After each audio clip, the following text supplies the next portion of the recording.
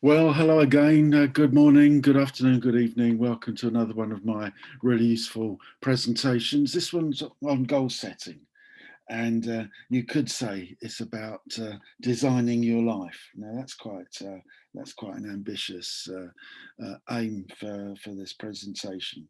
But essentially, if you're talking about time management, then you can't manage your time without setting goals. So we're talking about goal setting uh, for this short period of time.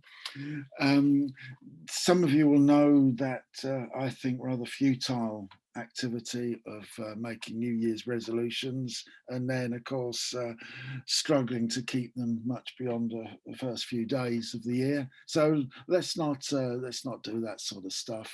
Let's think about setting goals that are a bit more achievable, a bit more useful. And essentially, setting goals is basically the way that you manage your future. You keep yourself on track. And goals are only useful if you write them down and then watch them or monitor them and then periodically review them. So, why do we set goals? How do we set goals? And why do you think I tell you about goal setting? Well, three questions to ponder, and maybe you can consider those again when we finished. So the whole point of setting goals is they give a clear direction to focus on. And you first of all need to identify the areas for which you want to set goals. And the act of defining, writing, and reviewing personal goals or professional goals is the way to achieve progress. And I think also that this fits with that kind of model of project management, where first of all, in any project, you have to define what it is that you intend to do, plan it, carry it out or implement it, and then evaluate it, the sort of DPI model of project management. And really, when it comes to yourself, you're no different. You're just another project, and your future is another project, which you have to then define and plan. And the best way to do that is by setting goals.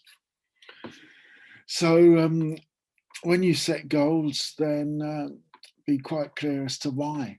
Uh, why that is a goal, why it's so important. What's your motivation for that goal, and how are you going to keep focused on achieving that goal? And often the goal is the achievement of a successful project of some kind, or the achievement of a successful assignment, or whatever.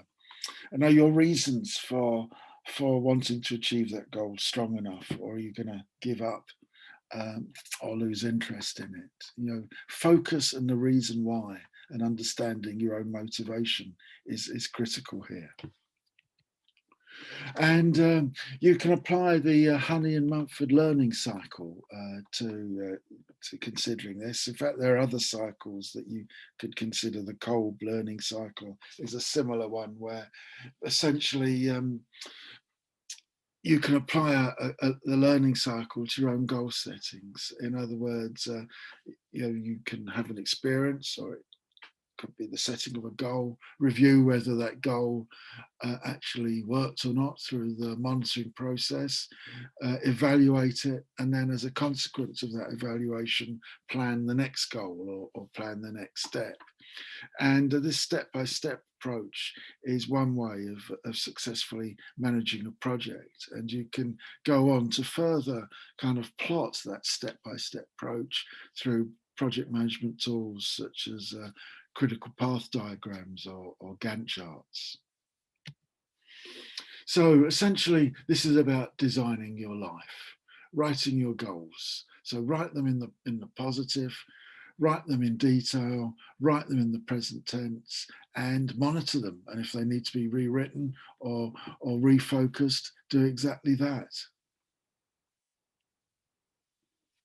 And goals should be SMART. Now, I'm sure you've seen this acronym many times. You know, a goal is essentially an objective, really. And for it to be useful, it has to be specific, you know, a clear description of what it is you want to do, measurable. usually measurable through allocating a time in which you want to carry out or achieve the goal. Should be attainable, realistic, and timely. So some smart objectives might be not these as they currently stand. Now that makes them smarter because you make them time bound and potentially realistic, although I guess losing a stone in 4 weeks, yeah, doable, yeah. Want to keep fit, and again, you give yourself a realistic, time-bound objective to meet. So realistic goals are important. Goals that are unrealistic are really a waste of time and space. And sometimes with any project, or whether that project is yourself or whether that project is something to do with study or work, it's good to set yourself a development plan. And here's what we've just been talking about, put into a development plan. So you have an aim, which is a statement of intent, the objective or the plan, and then the time. So in that way, you've actually created some statements of intent and some clear goals which are measurable and achievable. And sometimes when you're putting a plan together, it's good to consider what resources you need also to achieve those goals. And there's some quite ambitious personal goals there. And again, time bound, clearly stated, measurable, achievable. So going forward, what do you do? Well, if it's about your personal life, consider your personal goals. If it's about managing a project or something to do in your professional world, still give yourself 5 short-term goals to be achieved by the end of the academic year or the end of the project or the end of the financial year. There may be 5 longer-term projects, 5 longer-term targets to be achieved in the next 5 years. And then, as before, create a grid or a table, make sure that your goals are smart, and discuss them with friends and colleagues. That makes them real.